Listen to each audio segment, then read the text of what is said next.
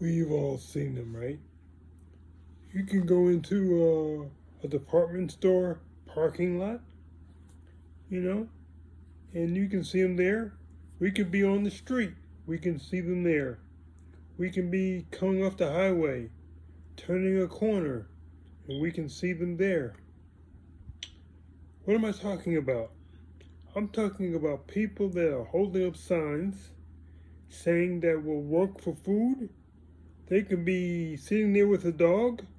They can be sitting there with their family, children, hungry, destitute, broke, busted, and disgusted.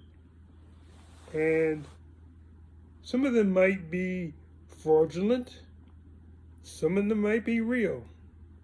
But I'm talking about the real ones. I'm talking about the time that I pulled into a parking lot and I'm walking to a department store and I could see this person out of the corner of my eye. He was coming toward me with a young lady. And I said to myself, he's going to ask me for some money. He's getting ready to ask me for something. So I acted like I didn't see him because I saw what his intent was. And bigger than anything, he came toward me and he started to speak. And I told him, even before he can get words out, I told him, look, brother, I don't have any money for you right now, okay? I'm only coming to the store just to do some shopping. Now, I was in very good condition. I'm muscled out, you know? So he bypassed me. He let me go into the store. I did my business. I bought my products, what I was going to buy. I came out of the store. And I was going back to my car. This time, he approached me again. And he cut me off in words by saying to me, look, I see that you're big. I see that you're muscled. I see you got all of that. You didn't need to cut me off like that when I was talking to you. He's beginning to scold me about what I was going to say to him. So I listened to him as I'm getting into my car, and he's reading me down. He's just trying to destroy me. But it made me understand how I would be. You got to be really tore down to be so hungry, to be so destitute, to have nothing. You have no money. That you go up to a perfect stranger, somebody you don't know, to ask them for money. How bad would you have to be to go up to a perfect stranger to be able to ask them for anything? How would that be? How would you feel? And I thought about it, I don't have any problems helping people that are down in their luck. I understand that sometimes we make decisions, be they the wrong decision, we make the decision and we're looking for some help. No problem, I can help you. I can reach in my pocket and give you a couple of dollars, give you a few dollars, But every once in a while I'll think to myself, I say, well, wait a minute. Does anybody ever asked him or her how they got in this position? And so one day, I was in a parking lot, and I had intention of giving some money to this gentleman that I saw in the parking lot. Maybe $3 or $4, I don't know what it was going to be. And he came up to my window. I'm sitting in my car. I had not gotten out of my car yet. And he began to say to me, hey, do you have a couple of dollars that you can spare? I said, yes, I do have it. But let me ask you a question. Do you mind if I ask you a question? He said, no, I don't mind if you ask me a question. I said, how did you come to be like this? You're going in a parking lot. You're dressed, walking in a parking lot, asking a strange person for money.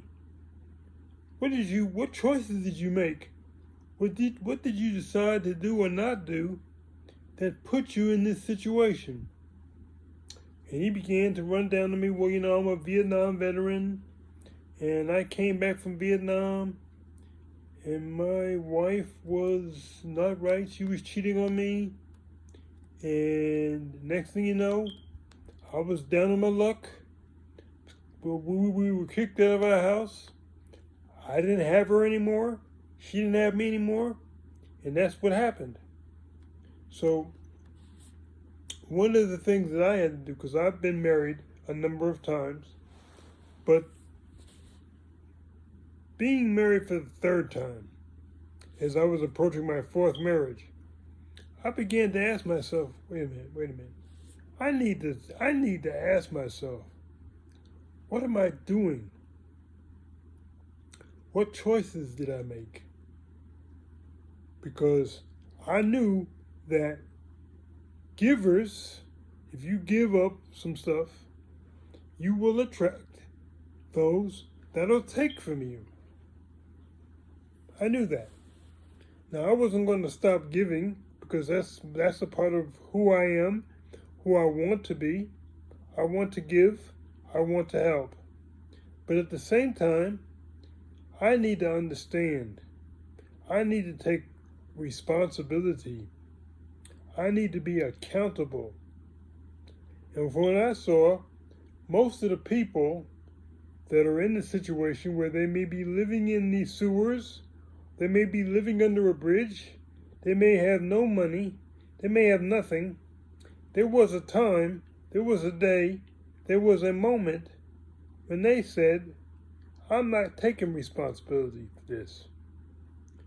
They began to want to blame other people, blame their circumstances for what they don't have. They want to blame. How does that work? How is that working for you when you blame other people for what you failed to do for yourself? How is that working for you? I would ask that you do not blame. I would ask that you take responsibility. Because when I took responsibility for my actions, my life changed. It got better. The less I blamed other people, the more I took personal responsibility for my actions, for what I brought on, what I caused, I had a better outcome. So I'm asking you to like, comment, and subscribe to this story, to this channel.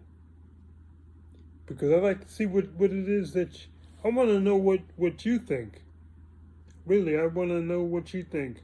What's your opinion as to why a person ends up where they're asking a stranger for money?